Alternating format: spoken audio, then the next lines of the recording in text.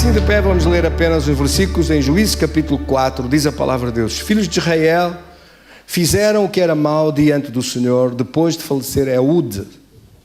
E entregou-os o Senhor nas mãos de Jabim, rei de Canaã, que reinava em Azor. Sísera era o comandante do seu exército, o qual habitava em Aroete-Agoim. Clamaram os filhos de Israel ao Senhor, porquanto Jabim tinha 900 carros de ferro e por 20 anos oprimia cruelmente, aqui diz duramente, há outra tradução que diz violentamente, os filhos de Israel. Versículo 3, vamos ler juntos o versículo 3, leia comigo o versículo 3, só o versículo 3, por favor. Então os filhos de Israel clamaram ao Senhor, porquanto Jabim tinha 900 carros de ferro e por 20 anos oprimia cruelmente os filhos de Israel. Querido Senhor, damos-te graças da tua palavra e do teu poder. Damos-te graças da tua bênção na vida dos teus filhos, em nome de Jesus. Em nome de Jesus. Meus queridos irmãos, tenha a gentileza sentado. Bendito seja Deus.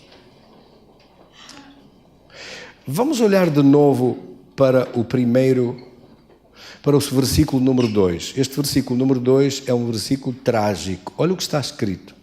Versículo 2. Entregou-os o Senhor nas mãos de Jabim, rei de Canaã, que reinava em Azor.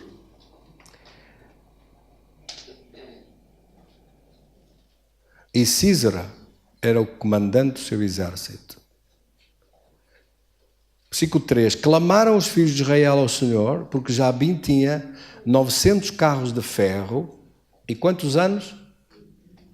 Quantos anos? Durante 20 anos, oprimia violentamente. Durante 20 anos, oprimia, esta tradução diz cruelmente. Oprimia cruelmente os filhos de Israel durante 20 anos. Se nós lermos assim esta palavra, querido Espírito Santo, ajuda-nos, esta palavra é muito mais profunda do que estas simples expressões que estão aqui, estas palavras tão simples. Esta palavra é muito mais terrível do que aquilo que parece quando se lê. 20 anos.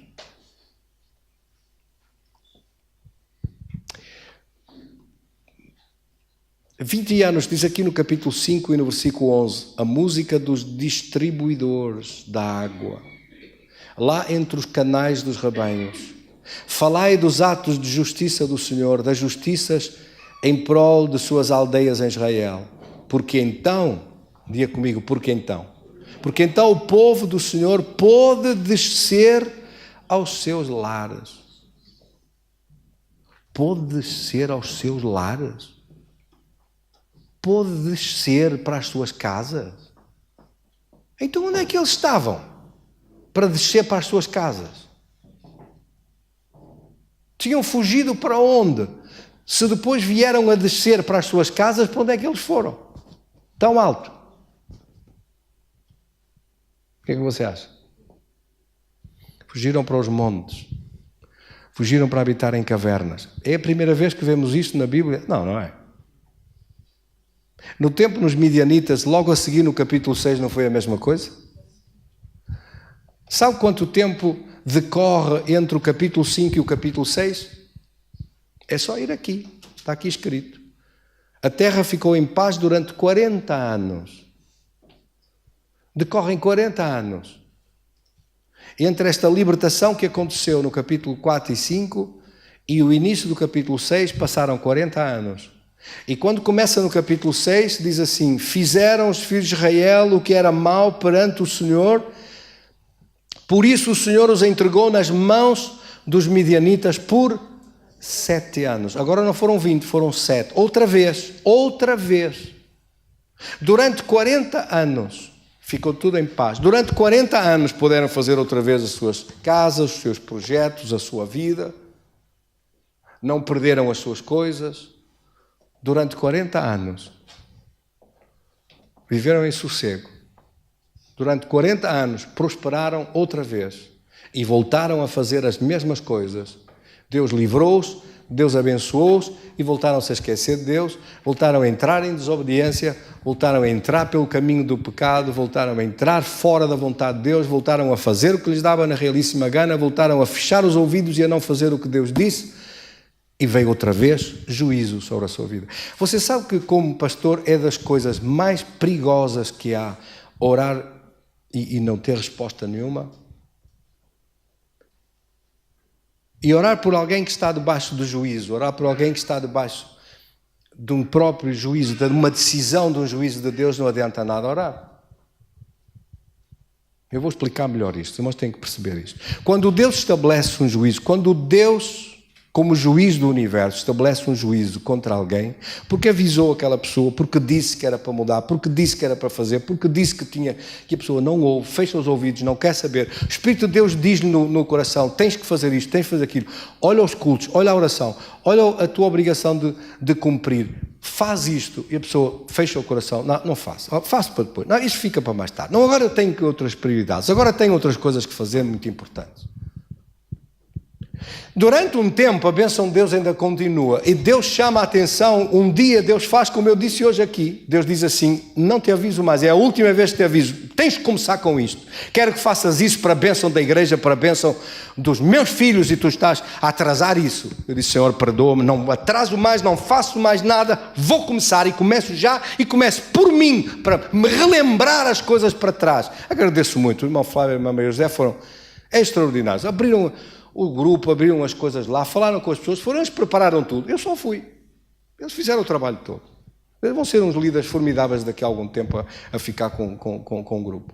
Mas fizeram tudo. Foram eles que trabalharam. Eu, sinceramente, eu não fiz nada. Eles fizeram o trabalho. Eu fiz durante cerca de meio ano. Fui todas as quartas-feiras, ou quase todas as quartas-feiras lá. Porque eu estava tão atrasado nisto. Eu tinha-me atrasado. Quem é que me entende? E Deus pega numa orelha e diz assim, fazes e fazes mesmo. Ponto final. Deus não me pediu. Alguém nesta casa que manda. E se você pensa que sou eu, está muito enganado. Às vezes eu também tenho dificuldade em obedecer. Por isso eu compreendo quem às vezes ouve e diz assim, meu Deus, mas isso é mesmo para fazer já? Não posso ter um bocadinho de descanso? Não. Comece. Início da semana um grupo. Meio da semana ou fim da semana um culto. Domingo, dia do Senhor. Comece. Dedique-se às coisas de Deus. Vem aí o maior avivamento da história que alguma vez se viu. O povo de Deus não pode estar só a ouvir, tem que praticar a palavra de Deus, tem que orar por outros, tem que crescer. E depois há um princípio na Bíblia que é sagrado. Quanto mais nós fazemos com Deus, mais abençoados somos. Quanto menos fazemos com Deus, menos vontade temos de fazer, e a bênção de Deus começa a desaparecer. Olha o que diz a palavra de Deus em 3 de João. 3 de João no versículo 2. Diz aqueles famosos versículos que toda a gente sabe. 3 de João, versículo 2. Amado, desejo que te vá bem em todas as coisas, que tenhas saúde, assim como vai bem a tua alma. Quando nós andávamos na escola, eu acho que não foi na primária que se aprendeu isto, acho que já foi no liceu. Antigamente saía-se da primária e entrava-se logo para o liceu.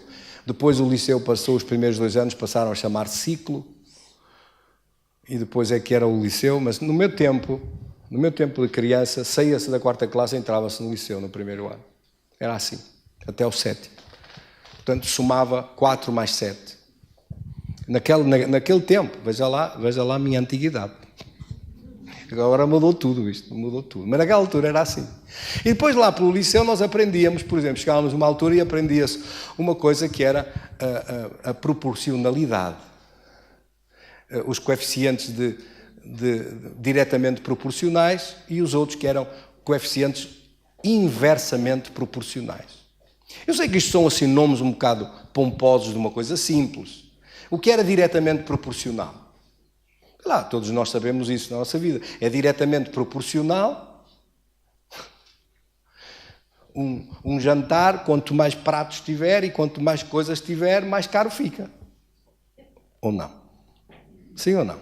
É diretamente proporcional. A quantidade de pessoas num jantar, se forem 20, a conta é uma coisa. Se forem só 2, é diretamente proporcional. Quanto maior for o número, proporcionalmente, é maior o pagamento. Mas há coisas que são inversamente proporcionais. Quanto mais jantares fizer lá em sua casa, menos coisas vai ter na despensa. Quem é que me entendeu? A despensa diminui. Ou quanto mais quilómetros fizer com o seu carro, menos gasóleo tem ou menos gasolina tem, porque quanto mais andar, menos depósito fica. Estamos entendidos? Então há coisas que são inversamente proporcionais. Outras são diretamente proporcionais. Esta é uma proporção direta. Olha, veja o que está lá escrito. Amado, desejo-te vá bem em todas as coisas, que tenha saúde, assim como. Quando você ler uma frase que diz assim como, é uma relação proporcional direta. Quer dizer, quanto mais fizer, assim como vai bem à tua alma, quanto mais estiver bem. Porquê? Porque esta parte é parte. Você tem aqui 3 partes. Tem a parte da vida, das atividades, do trabalho, dos seus negócios, das suas coisas, do seu dinheiro, dos seus projetos. E depois tem a sua saúde, e a seguir tem a sua vida espiritual. Então, se lemos assim, quanto melhor estiver a sua vida espiritual, melhor está a sua saúde e melhor estão todas as coisas que você faz. Porque há uma proporcionalidade direta. Desejo que te vá bem em todas as coisas, que tenha saúde, assim como estás bem espiritualmente. Assim como estiveres bem espiritualmente, assim estará melhor a tua saúde e assim estará bem em todas as tuas coisas, ou seja, todas as tuas atividades. Quer dizer, quanto mais a pessoa é fiel com Deus, está a tratar com as coisas de Deus seriamente, está a orar todos os dias, está a encher-se do poder de Deus todos os dias, vai ficar bem da sua saúde e vai melhorar em todas as coisas que dizem respeito à sua vida pessoal, ao seu trabalho, ao seu negócio. As pessoas que eu vejo mais fiéis na igreja são as pessoas que os negócios mais crescem. As pessoas que eu vejo corretos com os seus dízimos e ofertas e mais fiéis e a orar e a batalhar são as pessoas que eu vejo a prosperar e a avançar com força. Por isso isto não se pode esconder. Isto não é uma coisa que se possa varrer e dizer assim, não sei porque é que está a acontecer isto ou aquilo. É melhor ver, é melhor analisar como é que está espiritualmente, porque tem que haver uma relação direta entre a vida espiritual e os resultados que aparecem no seu dia-a-dia. Quer dizer, se você é uma pessoa firme, os irmãos viram estas folhinhas que distribuímos sobre casas abençoadas. Sabe o que é que Deus me disse para vocês fazerem? Mas é mesmo uma ordem dele. Uma vez, pelo menos, por semana. Se é só você e a sua esposa, não faz mal. Se é sozinho, faça sozinho. Se mais ninguém lá em casa quiser fazer, faça você. Abra a sua Bíblia. Esta noite, apaga tudo, apaga a televisão, apaga tudo isso. Fique com Deus, vamos orar. E gaste 1 hora a orar, uma noite por semana, uma casa abençoada. Senhor, a minha casa abençoada. Mesmo que os filhos estejam já nas suas casas, estão casados, ou estão fora, ou estão em algum sítio, você faz sozinhos. Eu faço esta casa abençoada, para que a bênção venha sobre eles onde eles estiverem. Para que a bênção chegue à vida deles onde eles estiverem. Sozinho, não importa se é você só e a sua esposa, se é você e sua irmã, o seu irmão, alguém... Ou sozinho você, faça você. Senhor, eu declaro que vou participar desse projeto de Casas Abençoadas. Eu vou orar, em nome de Jesus, eu vou orar hoje. Se não tiver, não sabe tocar música, nem tal, põe um CD desse se tem lá música, glória a Deus. Amém? Põe a tocar aquilo e canta junto. Então interessa se você canta bem, se canta afinado, se canta para o lado, se canta para trás, canta para qualquer lado, ninguém tem nada com isso. Deus gosta do seu louvor. E se não canta uma para a caixa, nem afina nenhuma, cante para cima, glória a Deus. Deus aceita todo o louvor que você fizer. Tome uma decisão com Deus. Aqui, nesta casa, no mínimo, uma vez por semana, vamos reunir e orar.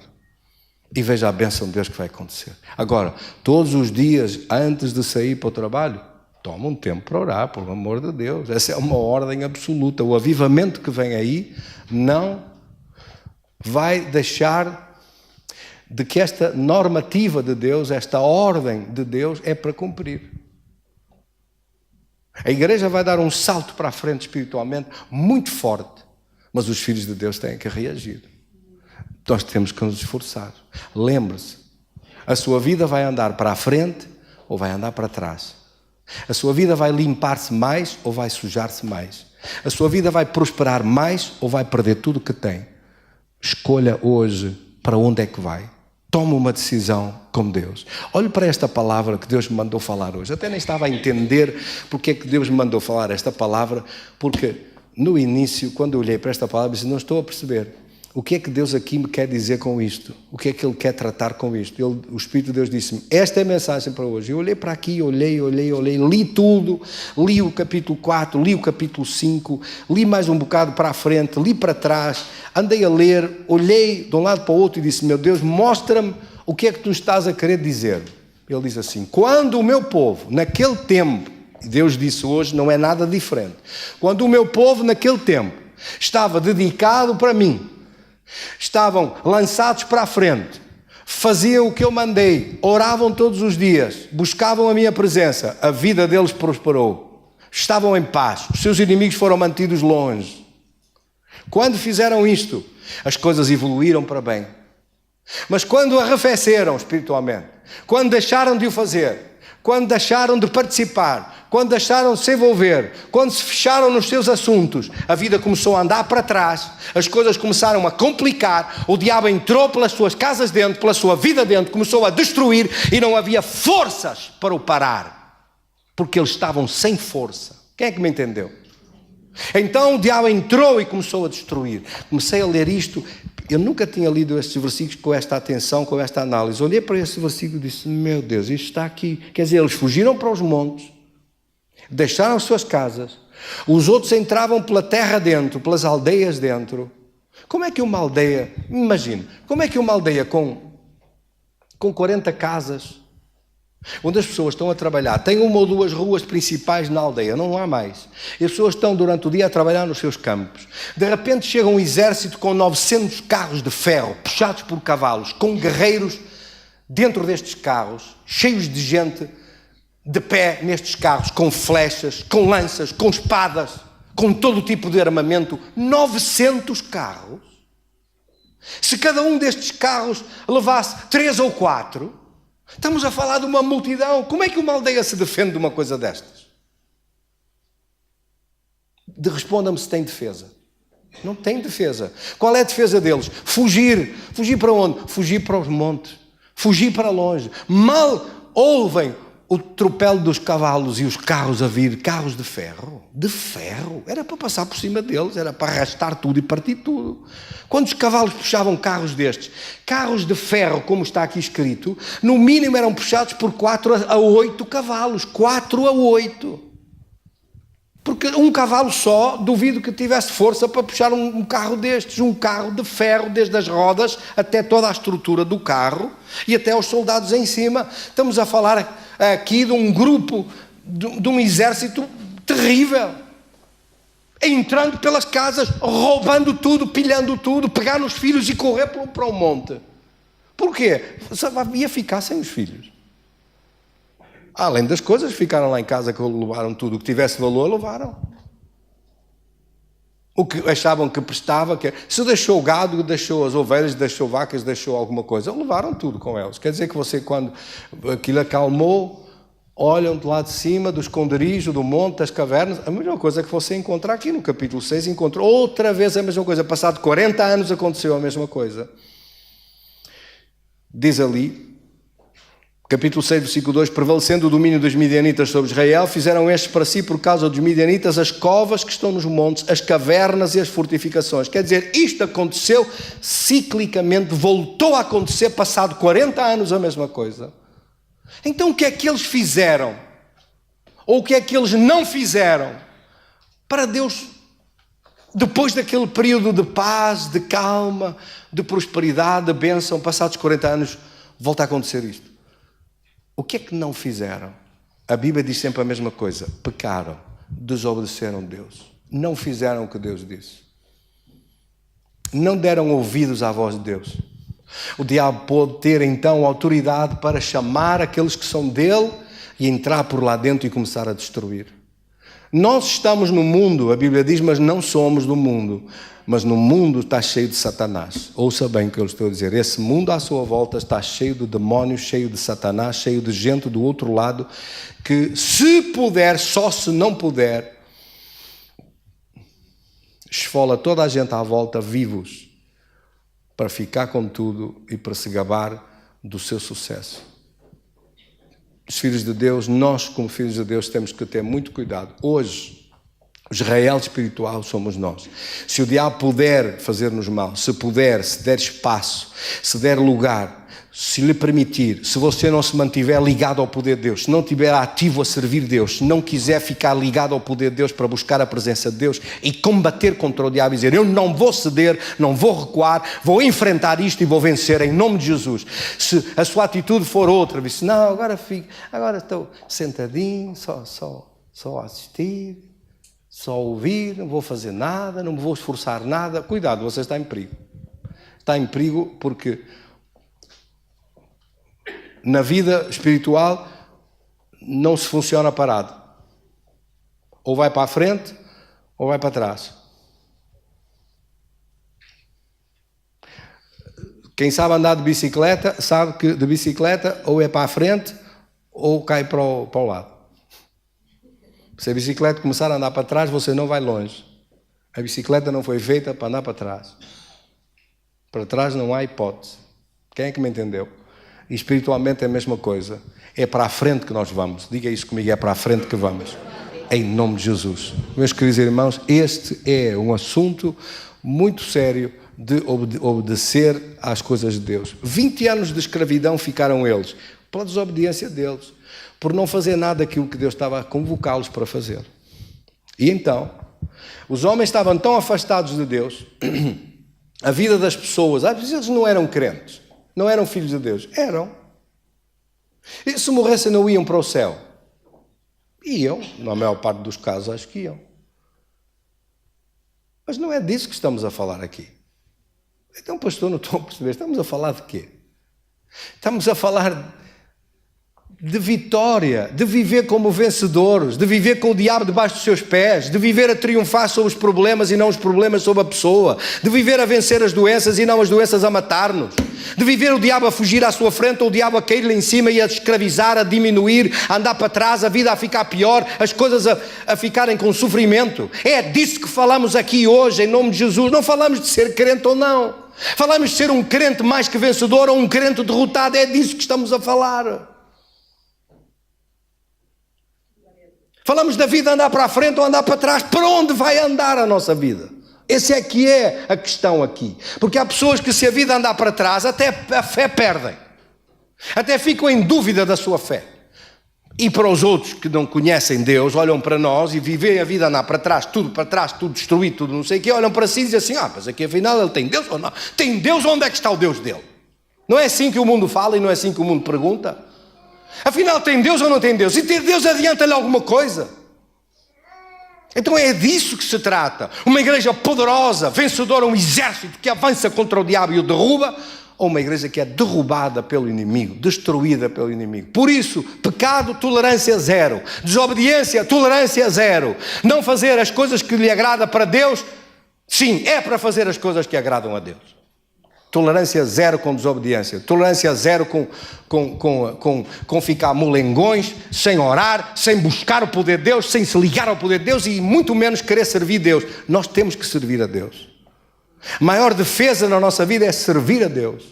Estes puseram-se molengões, sem servir nada, sem fazer nada, casa de Deus ao abandono, as coisas de Deus Ele vai fazendo, as coisas faz. Agora, comigo, eu não vou fazer o mínimo dos mínimos. Vai. Então, fale isso com Deus, não fale comigo, fale com Deus. Porque estes fizeram isto e o resultado que deu, qual foi?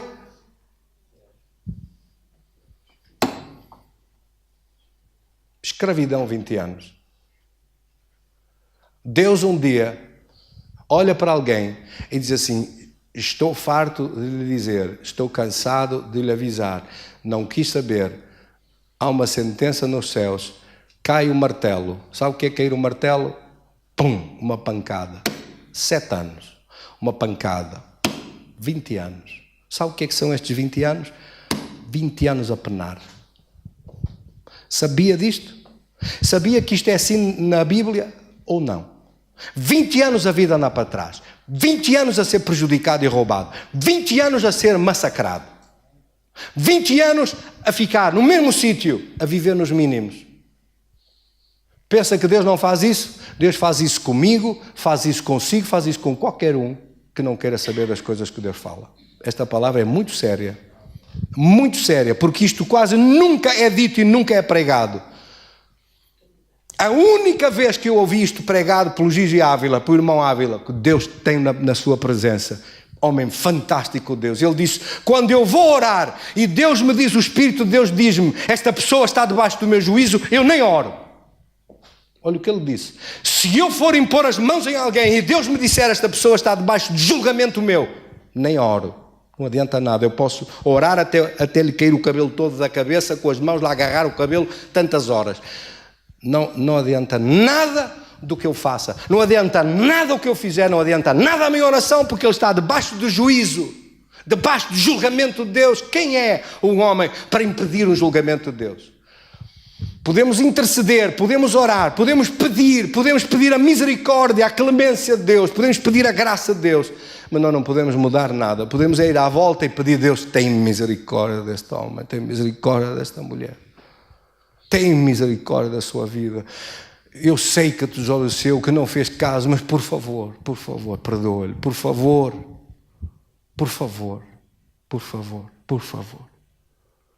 Diz-me o que é que eu posso fazer para o livrar disto, para o abençoar. Porque só em pôr as mãos e orar, que é normal, você ora, põe as mãos e recebe. Hoje em Espinho estava aquela senhora dos gêmeos. Claro, eu via lá toda contente, toda feliz, trouxe-a logo para a frente, apresentei, diante da igreja toda. Não podia ter filhos, 48 anos. Tanto andou, até que os médicos disseram, minha senhora, desista, você tem idade a mais para ter agora filhos, não vai ter filhos. Olha, está na igreja com os 2 gêmeos, 2 carrinhos de bebê. E mais, veja a resposta de Deus, a velocidade da resposta de Deus.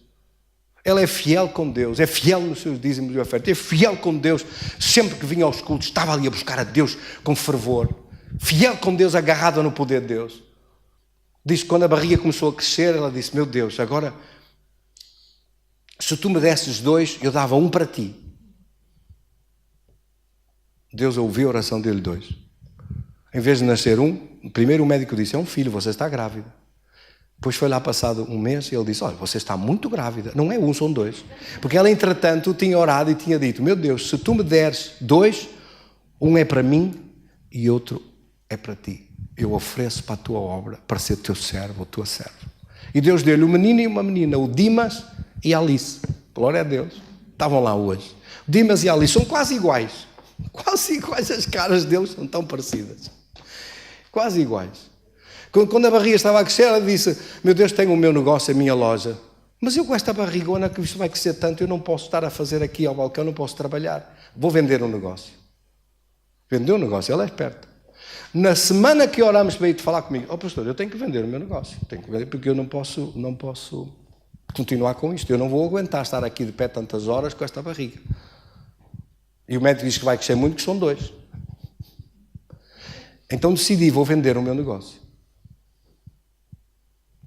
Vamos orar para eu vender o meu negócio. Aparecer alguém que me compre e me pague logo. Ela é esperta. Vende e pague-me logo. Está bem. Oramos. Sabe o que aconteceu? Contou ela hoje. Eu nem sabia disso, tinha sido tão rápido. 1 semana. Apareceram 3 pessoas para lhe comprar o negócio. Fez o negócio, vendeu tudo e foi para casa com um monte de dinheiro. Está feito. Assim, 1 semana. Tudo feito. Não foi cá tempos, nem mais tempos, nem aflições, nem dores de cabeça, nada. Tudo rápido. Quantos querem assim, bênção de Deus rápido? Então, é só ser fiéis com Deus, é só ser correto com Deus, é só fazer... Não ande para trás espiritualmente. Você aprendeu hoje, a Bíblia diz, já sabemos isso, a Bíblia diz, colocamos primeiro Deus e todas as outras coisas são acrescentadas. Colocamos Deus primeiro e todas as outras coisas são acrescentadas. Agora você vê, afinal, há uma relação direta, proporcional, entre a minha vida espiritual e a minha vida andar para a frente, ou a minha vida espiritual andar para trás, e a minha vida... do meu trabalho, de tudo, vai andar para trás. Cuidado agora com a minha pergunta.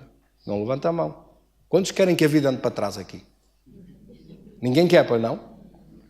Ninguém quer isso. A vida é para a frente que vai. Por isso, se você não sabia que havia um juízo de Deus sobre os tempos de aviso de Deus, às vezes, durante tanto tempo, a pessoa faz as mesmas coisas, desobedece a Deus, continua a fazer. Vem um dia, Deus estabelece um juízo. Quantos anos são de juízo? Não sei. Ouviu. Nunca fez caso. Entrou-lhe por um ouvido, saiu-lhe por outro. Chega um dia, vem um julgamento de Deus. Pensa que o julgamento de Deus for uma doença mortal que adianta alguma coisa se eu orar? Esqueça. Se a pessoa não se arrepender diante de Deus, nem eu... nem o apóstolo Paulo, nem o apóstolo Pedro, nem os 12 apóstolos aqui juntos orar por ele adiantávamos nada. Se Deus estabeleceu um juízo, acabou. Morre e morre mesmo. Veja a gravidade que isto é. E no entanto, como eu lhe digo, isto parece uma coisa simples. Quando se lê à primeira vista, a pessoa chega aqui e lê, assim, chega aqui e lê. Os filhos de Israel tornaram a fazer o que era mau perante o Senhor. Deus permitiu que fossem invadidos pelo rei de Jabim, com Císara, capitão do exército, a entrar por lá dentro com 900 carros. Quantos anos foram? Pronto, o juiz decidiu. 20 anos. 20 anos de miséria, 20 anos de condenação, 20 anos da vida andar para trás e sofrimento. Deus nos livre. Ouça bem o que eu lhe digo. Deus tem a misericórdia de nós e nos livra. Porquê é que nós oramos? Para ficar sensíveis ao Espírito de Deus e ouvir a voz de Deus. Porquê é que nós buscamos Deus? Porquê é que nós até jejuamos? Para ficar mais leves, mais sensíveis ao Espírito de Deus e obedecer rápido. Porquê é que nós queremos fazer a vontade de Deus e não a nossa? Porque estamos livres de condenação de Deus. Porquê é que isto é assim? Porque Deus continua a mandar em tudo e continua a ser juízo tudo. Porque é que uma Europa decadente, com igrejas vazias, com gente que não quer orar nada, que se encheram de dinheiro e de riqueza, e que com bons carros, boas casas, boas moradias, bom de tudo do bom e do melhor, vivem na maior das opulências, o que é que vai acontecer a esta Europa? Já está a ser invadida por terroristas, já está a ser invadida por todo o tipo de trincas-pinhas que vêm de todo lado, cheios de doenças, cheios de todo o tipo de miséria, cheios de todo o tipo de religiões falsas, começam a pôr bombas aqui, a arrebentar com tudo, a arrebentar com as coisas. A Europa está debaixo do julgamento de Deus, debaixo do juízo de Deus. Mas não se fala muito de juízo de Deus, mas cuidado, a Europa está, por causa da decadência espiritual da Europa. Esta Europa que antigamente enviava missionários para todo o mundo, hoje você vê as igrejas estão entretidos, não sei a fazer o quê. A orar é que não estão. E já nem falo do resto. Já nem falo do resto, porque isso então... Agora, é assim que se consegue as bênçãos de Deus. A andar para trás espiritualmente. Quanto mais foram abençoados, quanto mais riqueza tiveram, quanto mais comodidades tiveram, mais se afastaram de Deus. Isso pode ser. Chega um dia, Deus começa a bater o martelo em cima, começa a trazer o juízo em cima e começa a estabelecer quanto tempo de juízo é que vai permanecer sobre as suas vidas. Por isso é que você vê as pessoas a ter que correr de um lado para o outro, a ter que fugir das coisas que não há portas que se abrem, não há soluções, não aparecem. O julgamento de Deus caiu e as coisas vieram e nós sofremos e ninguém nos ensina. Ai, como eu gostava que me tivessem ensinado isto. Como eu gostava que me tivessem ensinado isto. Isto está aqui. Isto está aqui. Mas isto não são modas espirituais. Isto é preciso ouvir ao Espírito de Deus para saber. E é preciso buscar Deus para aprender. Quem não buscar Deus, Não vai conseguir saber. Quem não orar não vai conseguir chegar lá. Mas não está aqui. Então não está. Bendito seja Deus. Os homens estavam tão afastados de Deus. E repara, há uma diferença entre o Velho Testamento e o Novo. O Novo Testamento diz que homens e mulheres diante de Deus são iguais, espiritualmente iguais. Mas no Velho Testamento Deus tinha deixado umas diferençazinhas. Ele queria os sacerdotes, queria os profetas. E você raramente encontra mulheres metidas no assunto. Sim ou não? Mas os homens estavam tão longe, distraídos em tudo e mais alguma coisa. A jogar basquete à segunda, handebol à terça, futebol à quarta. À quinta era ping-pong. À sexta era as coricas, aquelas coisinhas. E ao sábado, entretidos com tudo e mais alguma coisa, Deus zero, longe de Deus. Deus arranjou uma mulher. Arranjou a Débora. Os homens não tinham tempo para ouvir. Deus chamou uma mulher para envergonhá-los. Porque no Velho Testamento, eles estavam em primeiro lugar. Não quiseram saber de Deus. Deus arranjou uma mulher. Qual é o problema? Acho que fez muito bem. Sim ou não? Não ouve, não quer saber, entra-lhe por um ouvido e sai-lhe por outro.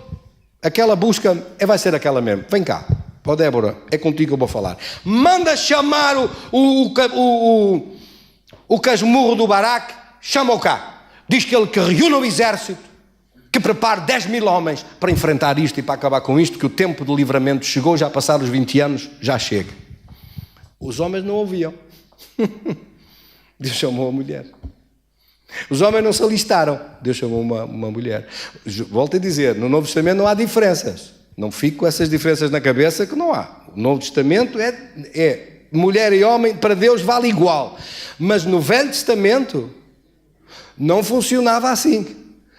Mas mesmo assim funcionou. Deus disse, a Débora está bem, ela está pronta, está a ouvir-me, está a dar atenção, está a orar. Eles não oram, mas ora ela. Eles não buscam, mas busca ela. Portanto, vai ser com ela. E a Débora mandou chamar o Baraque e diz, olha, Deus deu ordem que prepares uma estratégia. Disse-lhe como, disse-lhe onde, disse o que é que era para fazer. Disse-lhe tudo. Está aqui escrito. Está aqui escrito.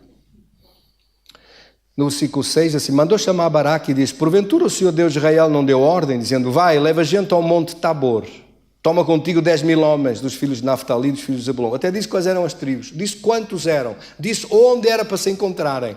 Disse o que era para fazer. E diz, e vai, dirige-te para os ribeiros de Quizon. Os ribeiros de Quizon são no fundo do Megido, no meio de um lugar que tem várias correntezas de água. E Deus disse, a batalha vai ser ali. Deus escolheu o sítio para a batalha. Repare bem, Deus escolheu o local. Deus sabe muito. Deus disse tudo ao pormenor.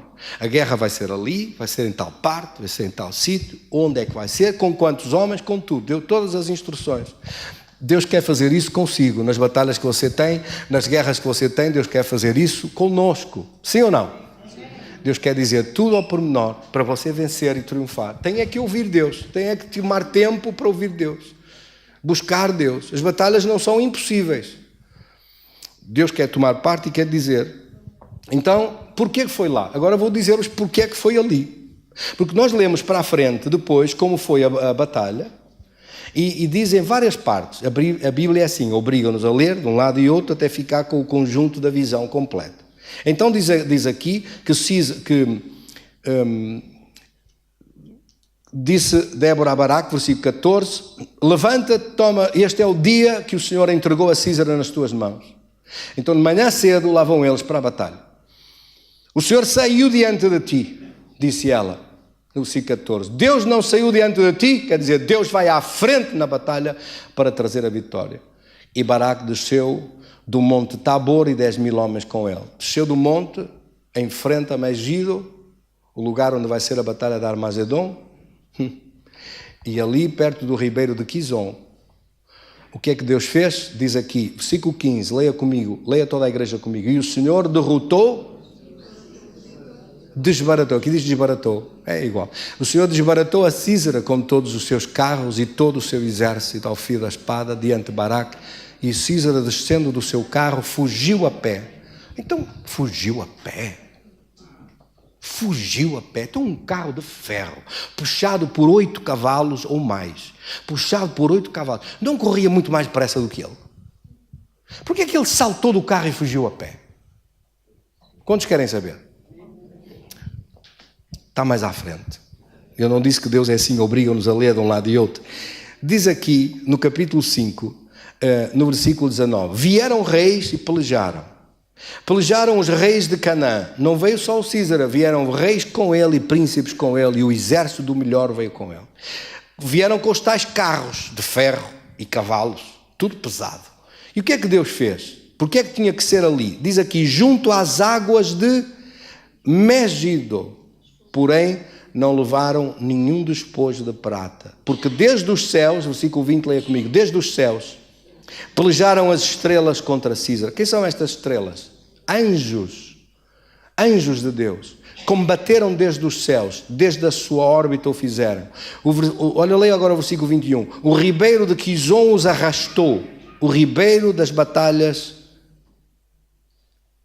Avanto a minha alma, firme, glória a Deus, firme com Deus. As unhas dos cavalos socavam pelo galope o galopar dos seus guerreiros. Aqui o que está escrito é isto. Desde os céus pelejaram os anjos de Deus. Deus fez descer uma tempestade tal, com um lamaçal de águas, ao redor dos ribeiros que lá estavam, que a água transbordou. Por favor, entenda. E os carros de ferro eram muito bons para andar em terra seca e levar tudo à frente. Mas no meio da lamaçal e no meio de um lameiro, para que é que serve um carro de ferro no meio de um lameiro? Serve para se enterrar todo e não andar para lado nenhum. Com os cavalos a querer puxar o carro, por isso é que diz ali que as unhas dos cavalos até saíam, porque tanta força estavam a fazer para arrastar o carro, mas não anda no meio de um lamaçal, todo enterrado na lama, como é que o carro anda? Agora percebemos porque é que ele saltou do carro e foi embora. Quer dizer, Deus disse, é ali, porque Deus sabia o que ia fazer, derramou uma tempestade de tanta água, que aquilo tudo se inundou, e com os carros de ferro, no meio do lamaçal, no meio da água, no meio da abundância de um pântano enorme de lodo, não andaram para lado nenhum, tiveram que fugir a pé, ficaram presos no meio das lamas, e foram derrotados facilmente pelos 10.000 homens que ele atraiu para lá. Deus desde os céus pelejou. Deus entrou nesta batalha para dar a vitória. Deus escolheu o sítio, escolheu as armas, escolheu o local, escolheu tudo. Deus dirigiu para que a vitória se manifestasse. Amém, irmãos? Então aquele mal foi parado. A bênção de Deus veio ter à mão dos filhos de Deus. A escravidão terminou e acabou. E aquele mal inverteu-se em grande vitória do povo de Deus. Nós somos chamados para ter uma das maiores vitórias da nossa vida neste tempo com Deus, de correr para a frente com Deus, de ouvir Deus, seguir as instruções de Deus. Por isso eu peço aos irmãos para obedecerem estes projetos. Seja a sua casa uma casa abençoada. Pelo menos uma vez por semana à noite, abra a Bíblia, leia, coloque com quem estiver lá, fiquem em oração. E, além disso, participe de um grupo. Use o tempo para buscar a Deus, para orar, para buscar a presença de Deus. Leve desses CDs para ouvir, para adorar junto, para orar junto, para se encher mais do poder de Deus todos os dias. Todos os dias, antes de sair para o seu trabalho, antes de sair de manhã cedo, levante-se mais cedo e fique em oração, buscando o poder de Deus. Caminhe na sala, no quarto, no corredor, em qualquer sítio, lá para o outro, e fique em oração. Deixe a cama lá para trás, porque orar com muito sono à beira de uma cama é difícil. E comece a orar todos os dias, encha-se do poder de Deus e vai ver o que Deus vai fazer com a nossa vida. Glória a Deus! Quanto mais crescemos espiritualmente, mais todas as outras coisas nos são acrescentadas. Vamos orar. Querido Senhor, damos-te graças de um tempo que Tu nos estás a chamar de buscar a Tua presença, buscar a Tua face, e de querer aumentar, fazer crescer, fazer desenvolver a nossa vida espiritual. Amém? Diga isso comigo: Senhor, eu quero crescer espiritualmente. Eu quero mais da Tua bênção na minha vida. Eu quero mais da Tua vitória na minha vida. Eu quero mais do Teu poder na minha vida. Muito mais do que eu posso imaginar ou pensar. Deus opera em favor dos Seus filhos. E eu recebo estas bênçãos de Deus. Hoje, em nome de Jesus, coloco a minha vida nas Tuas mãos, à Tua disposição, para Te servir de todo o coração, para louvar o Teu nome, com tudo o que operas em favor dos Teus filhos. Eu Te agradeço Em nome do Pai, do Filho e do Espírito Santo. Amém. Graças a Deus. Damos um aplauso para Jesus.